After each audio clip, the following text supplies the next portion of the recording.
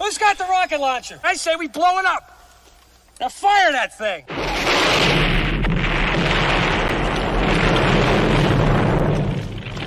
It's for the city of sports, playing with a giant Nick. With my man S. God. That's him. You feel the vibe? That's me. We going live. That's us. That like button shared, you been subscribed. Stadium. That MetLife, Big Blue, home of the Braves. Yeah. That turnpike, you can see that's where the game's played. NFL one day, then it's the NBA. Madison Square Garden, that's where the Knicks play. This that NY Logan, no it don't get broken. Legalize, mean this shit smoking.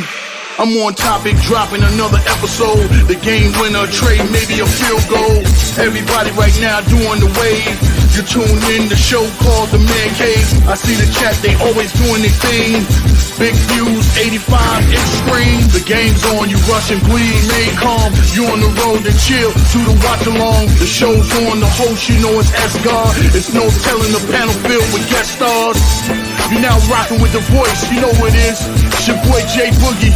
You're now rocking with my man S-God. I support him to the fullest, you heard? My man Mike Blaze. This is Alter Production. What that mean, we about to alter everything that's playing. Tune in. My man S.T.O.D. Support the show. Subscribe, share it. Most importantly, hit that like button. What's good, Giants Nation? Salute Big Blue Nation, and welcome to another episode of the Man-Cave podcast.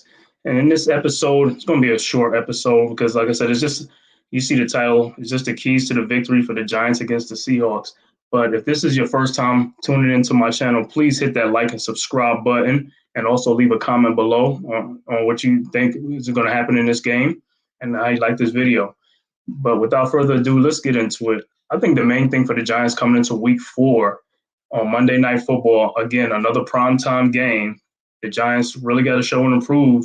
Like I said, against the Seahawks, this is a primetime game Monday night against the Seattle Seahawks week 4. And I think the keys to the victory that the Giants have to do is on offense. First and foremost, we're going to welcome back, we should be welcoming back Andrew Thomas and Ben Bredesen on the offensive line. And Saquon Barkley, maybe a game time decision. So we don't know if he's going to play or not. I mean, he has a high ankle sprain. So, you know, if he plays, it's going to be a surprise to me. Like I said, I think he should take another week. But if he plays, you know, that's a good thing for us. I just hope he doesn't re-aggravate his high ankle sprain. But like I said, with that offensive line, if we get back Andrew Thomas, it should be Thomas, Bredesen, John Michael Schmitz, Marcus McKeithen, and also Evan Neal. And like I said, the keys to the victory for the Giants on offense, like I said, I think with the Giants, in order to like open up this offense, we have to go to more quick passing. Like I said, we might have to go to some RPOs, run play action, do a lot play action. And I think the Giants should go into the 2-minute huddle, like, you know, do that a lot just to throw off the Seahawks, you know, in the beginning until the Giants can settle down. And with the quick strike, I think, like I said, I think the very first play, the Giants should do a play action, throw a ball downfield, like see if Jalen Hyde is starting or even Darius Slayton. Just throw the ball downfield, you know, like I said, just to catch them by surprise.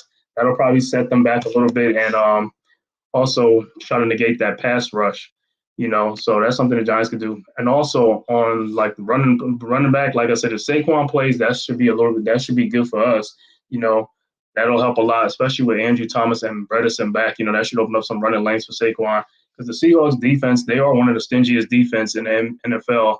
Only allowing 79 yards rushing, but I think with Saquon back and Andrew Thomas and Bredesen back, I think we can run more to that left side, you know, for the most part, and try to see what we can do. But like I said, nothing helps more than a balanced offense. You need run, and also passing the ball. Next thing the Giants can do is also some quick slants here, but like I said, I think a lot of plays should be in the flats and to the seam. If the offensive line could just give us a little bit of time to, like, you know, get the ball, like, you know, down to the seam and in the flats, you know, that should open up things more for the run game and also for the passing game and get this offense going. Because for the first 3 weeks of the season, the offense has been kind of stagnant. It looked like we're just coming around now, you know, in the second half of that Cardinals game, we was coming around. But then the injuries, you know, without, like I said, Thomas, Bredesen against the 49ers, it was just too much. But like I said, in this game, we get these guys back. You know, it's been about 10 days. That should help us, you know. So, like I said, I think the play action, also, like I said, the throwing the ball downfield straight to Jalen Hyde or Darius Slayton, whatever, just to open things up and have the Seahawks on their heels, you know, something like that to get this offense going. Also, another thing, like I said, the offensive line, like I said, these guys got to play a lot better, especially on the right side. Evan Neal, what I'm saying, Marcus McKeithen is kind of new, but, he's also getting his feet wet, like I said. So I would like to see, this offensive line, if we get these guys back, like I said, this should be our offensive line for a while. So we should be able to do something, and I feel more confident in this line, because we benched Glowinski, who was bringing the line down on the right side with Evan Neal. But if McKeithen can, for the most part, be stable, and Evan Neal can pick up his play, I feel real good about this offense. So that's on the offensive side. And like I said, and also our receivers have to help out the quarterback to make these catches. Also, on their routes, they got to get more physical with these corners, to, actually give your quarterback a chance to get you the ball, and that'll also help too. So that's another thing that the Giants can look out for. Seattle does have some physical corners and things like that, but I think the Giants should be able to, get their paws on them and do some things. But going to the defensive side, what I think on the defensive side, the Giants, they just got to clean up on some things. Like I said, the most important thing on defense is in the trenches, the front four. We have to get the pressure there. We have to apply the pressure. We got to get to the quarterback. Got to get some pressures with the front four. Because if we keep bringing the blitz, they're gonna rip us. We're gonna get shredded again if they keep bringing the blitz and it's not getting home. So if you can get there with 4 guys or even 5 or 6 guys, that's fine. But we need to drop some guys back. The front four need to get in there. And like I said, their level of play have to pick up. The one thing that I've seen on the Giants in the past 3 games is that their effort level was not there. We got to get our effort level up. These guys got to start playing, bringing their A game and leaving everything out there on the field. We can pick up that level of play, bring some pressure up front, actually be able to get Geno out of the sweet spot, and then, we can be more successful trying to get a victory. Also, another thing that's killing the Giants is tackling. We got to tackle. Guys got to make their tackle. You can't miss tackles. We have missed 31 tackles in 3 games. That's unacceptable. Guys are there to make plays. The plays has to be made. Make the play. Make the tackle. And we can clean up the tackling. You can stop them a lot of short yards, running plays, and things like that. Our run defense, another thing. Run defense got to pick up. If we can stop this Seattle on the run defense, we can try to make them one-dimensional. They have to pass the ball, but they do got some good receivers in Lockett and Metcalf, and also Jackson Smith and Jigba. But like I said, on the defense, what the defense has to do is clean up their tackling and also the pressure up front. And also, if we get a chance to get a turnover and be dropping interceptions, we've got to make these plays.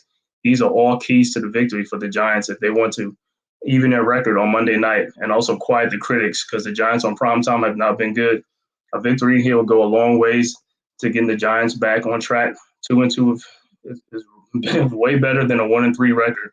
So like I said, on offense, to clean it up.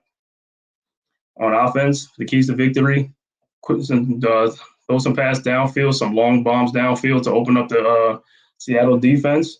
Also, run, like I said, RPOs, run option plays like that, things like that, and also,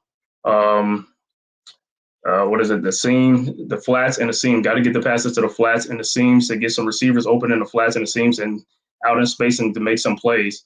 On the defensive side, just got to shore up the tackling and also bring some pressure up front. And if we get some interception and try to get some turnovers, that's the main thing.